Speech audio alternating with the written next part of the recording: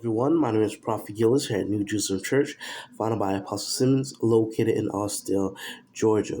The title of my message tonight is Abiding in the Shadow of the Almighty. And the focal scripture that we're coming out of is Psalms 91, verses 1 through 9. And it says, "Whoever dwells in the shelter of the Most High will rest in the shadow of the Almighty. I will say of the Lord, He is my refuge and my fortress, my God in whom I trust. Surely He will save you from the fowler's snare and from the deadly pestilence. He will cover you with his feathers, and under his wings you shall find refuge. His faithfulness will be your shield and rampart. You will not fear the terror of night, nor the arrow that flies by day, nor the pestilence that stalks in the darkness, nor the plague that destroys at midday. 1,000 may fall at your side, and 10,000 at your right hand, but it will not come near to you. You will only observe with your eyes and see the punishment of the wicked. If you say the Lord is my refuge, and you will make the Most High your dwelling place, no harm will overtake you, no disaster will come near your tent." Now, at first, I didn't understand what he meant by calling this the secret place. I figured it was more complicated than what it really was. And in all reality, it's a place where we are in constant communication with God. We have everything that we could ever need and everything that we could ever want when we make God our shelter and our refuge. And today we're going to be talking about what it means to abide in the shadow of the Almighty, how to abide in Him, what that even means. So our first point is, what does it mean to abide in the shadow of the Almighty?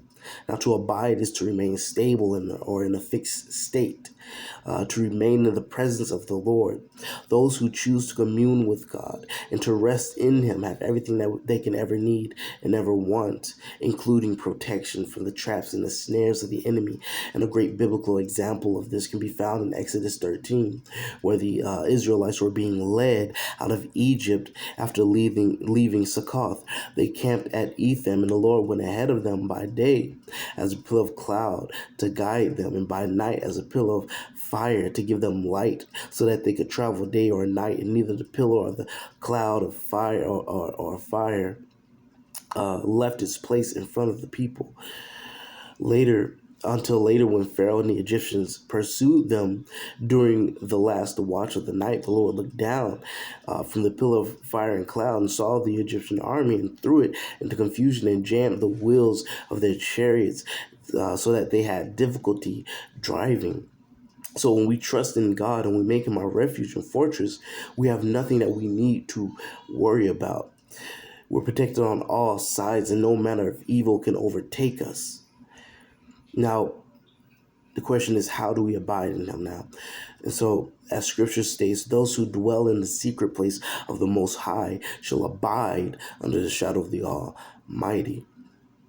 In order to do this, we must keep in constant connection with Him and us through prayer and communication with Him in a place where it's just us and Him and no other distractions. In fact, Jesus said in Matthew 6:6, "But thou, when thou prayest, enter into thy closet, and when thou hast shut the door, pray to thy Father which is in secret, and thy Father which seeth in secret shall reward thee openly." Jesus would often withdraw Himself to pray, as stated in Luke chapter 5, verse 16. So whenever we feel ourselves getting dragged back into the world, or if the cares of life try to creep its way back into us, or if the enemy is trying to lure us away from our fortress, it's imperative that we go into the secret place and pray.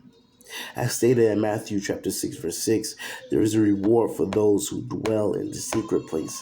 And that is our next point. The promises attached to dwelling in the secret place. Now, these promises start at verse 3 and it ends on 16. "Thou shalt tread upon the lion and the adder, the young lion and the dragon shall not trample under feet."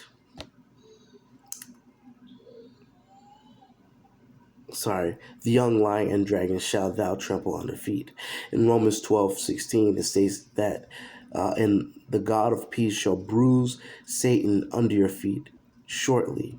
He shall give the angels charge over you to keep you in all your ways. No evil shall fall before you. 1,000 shall fall by your side and 10,000 by your right hand, but none of it shall come near unto you. When you call upon him, he'll be there because you put your trust in him. You have made him your fortress and your refuge. You love him and he loves you more. Therefore, in conclusion, to abide in the shadow of the Almighty is to be in constant communication with him through prayer.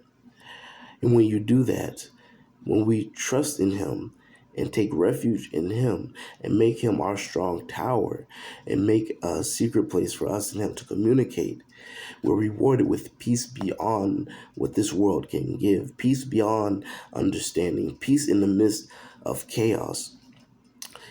Our every need is met and our minds will be made steadfast in him. That being said, I'd like to thank everybody for tuning in today. We'll see you all next time.